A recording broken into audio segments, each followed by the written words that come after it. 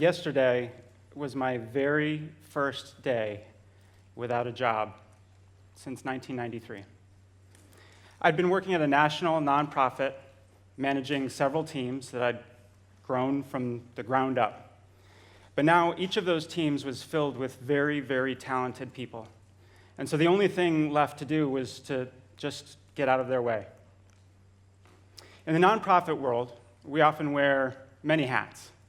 I've built or managed web, IT, government affairs, editorial, and PR teams.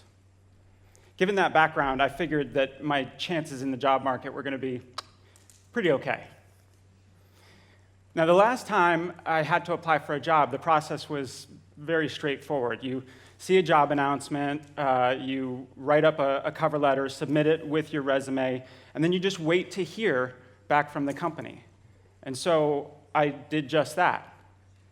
Now, I've always been excited and passionate about technology, so I started applying to the dreamiest companies like Google and Facebook and Slack. But as the applications piled up, I found that almost no matter what job I applied to, I was being met with a resounding silence. It's easy to get lost, to feel lost, when you're in a period of transition like this. I'd had a perfectly good job, and I voluntarily walked away from it.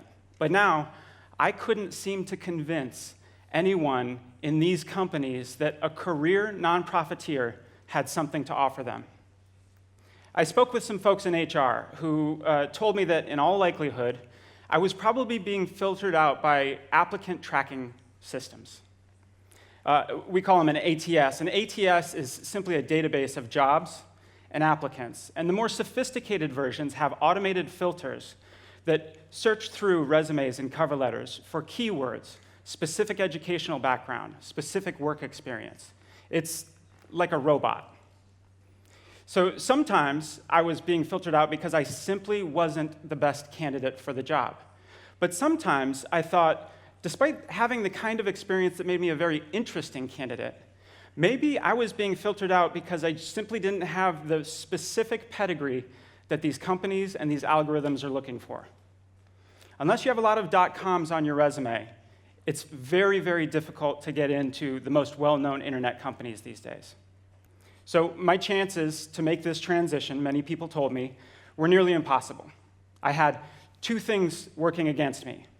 One, I was up against leaders in their field, so my resume doesn't always jump to the top of the pile. And two, robots read every application. Now, of course, that's not true for all companies, but it's certainly true for many of the big ones. And in fairness, I was an unconventional candidate for many of these companies. But unconventional can be a very good thing, right? So I did the only reasonable thing that a person faced with this challenge can do.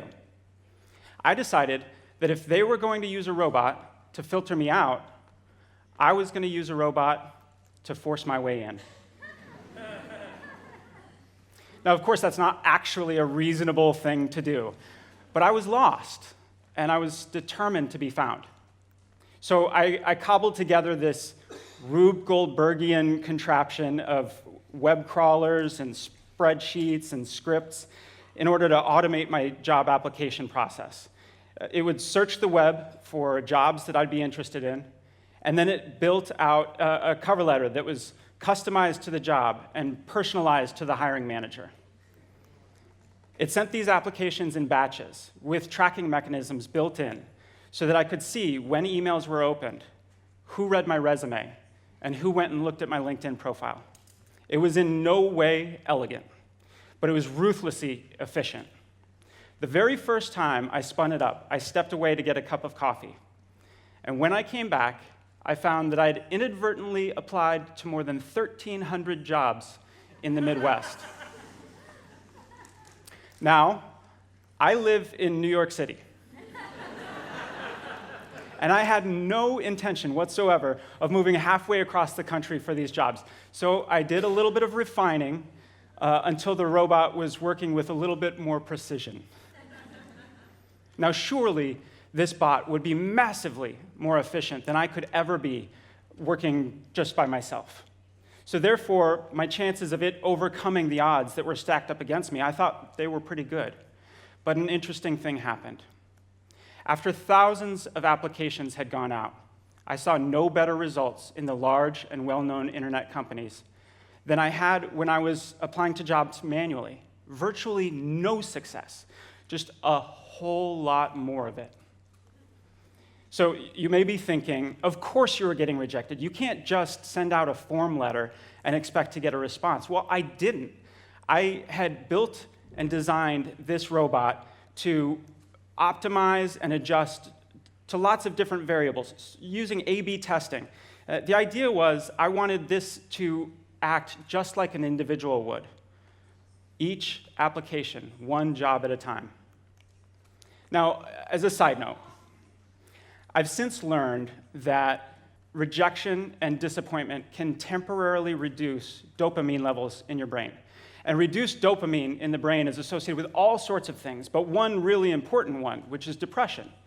So if you think that it's sad when you apply for a job and it doesn't come through, imagine not getting 3,000 jobs. We've been told for a very long time that robots would eventually take over our jobs, but nobody ever told us that they would be able to bum us out on such an epic level.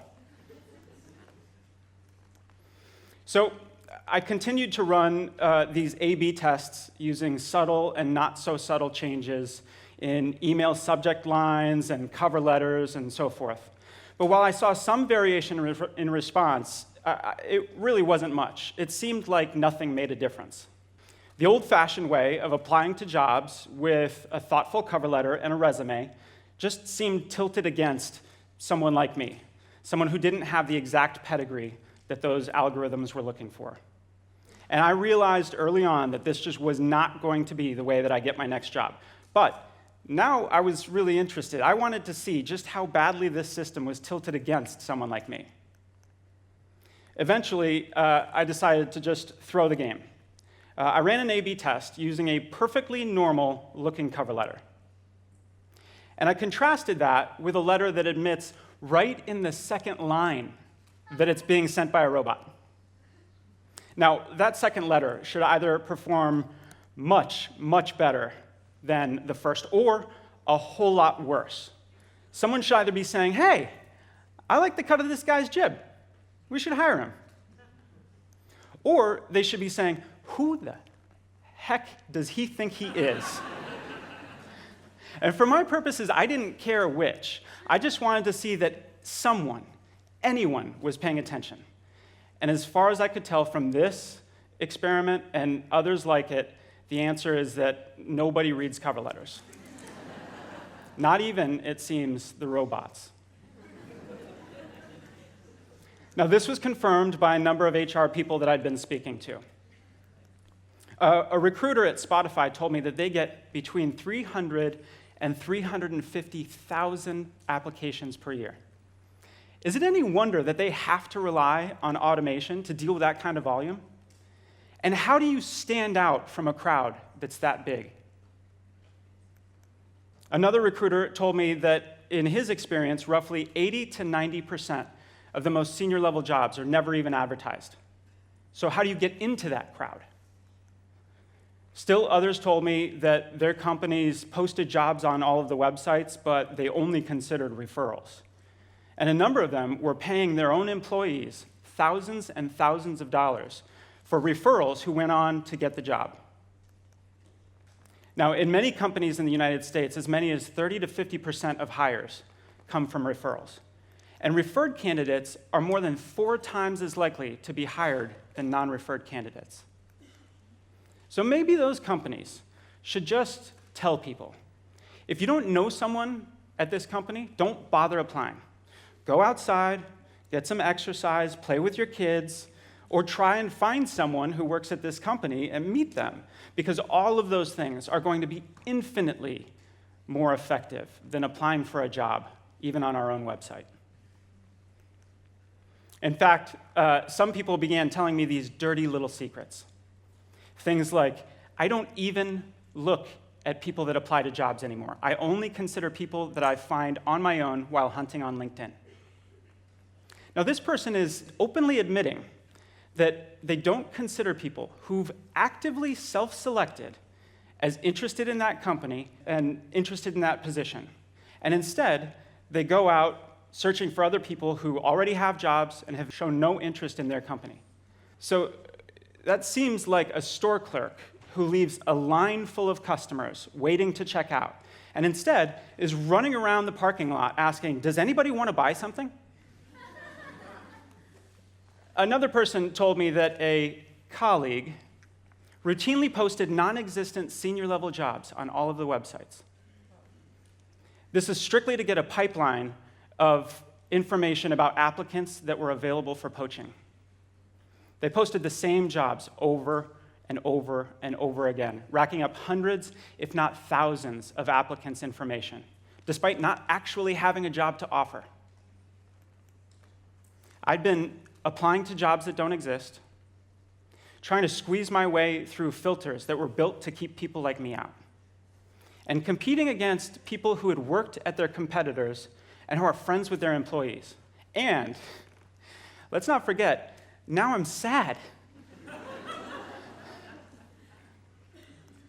At the same time, I heard stories from people who are incredibly passionate about their careers and compassionate for people who are searching for careers. One told me, I wish that I could sit down over coffee with every single applicant that we get, but I just can't do that. And so instead, I never stop clicking on their profiles, just in case the next one is like you.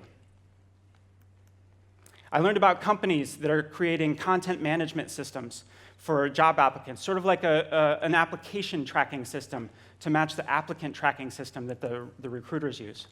Others are creating entire referral networks, and some of them are focusing exclusively on underrepresented populations. I'm still on the lookout for my next job, but I can say that I've had roughly the same number of interviews from networking with just a small handful of very helpful contacts as I did when I had a bot that applied to thousands and thousands of jobs. So it turns out that simple networking has been hundreds of times more effective than submitting an unsolicited application or hitting a click here to apply now button. So what did I learn by robotically applying to thousands of jobs? Well, it's not how you apply, it's who you know. And if you don't know someone, don't bother. And also, the number of applications that you put in has no correlation to whether or not you'll be considered for a job. And you definitely won't be considered for the jobs that you don't even get a chance to apply to.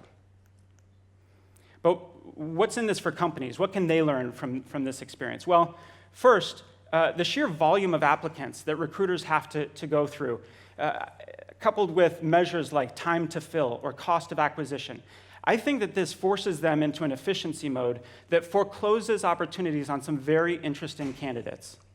Also, transparency is critical. If you're a company that hires almost exclusively by referral, just say that. You'll save your recruiters a whole lot of time, and you'll do job applicants the favor of not wasting their time if they don't already know someone on the inside. Now, I mentioned earlier that I'm in my very first days on the job market. And whether I was applying the old-fashioned way or by brute force, I couldn't seem to get my foot in the door. However, after telling my story, a peculiar thing happened. More than 200 other job candidates reached out to share similar experiences. Dozens of HR tech companies reached out to me. I've met with CEOs, I've spoken at all-hands meetings, and now I'm advising a number of companies with HR and recruiting products.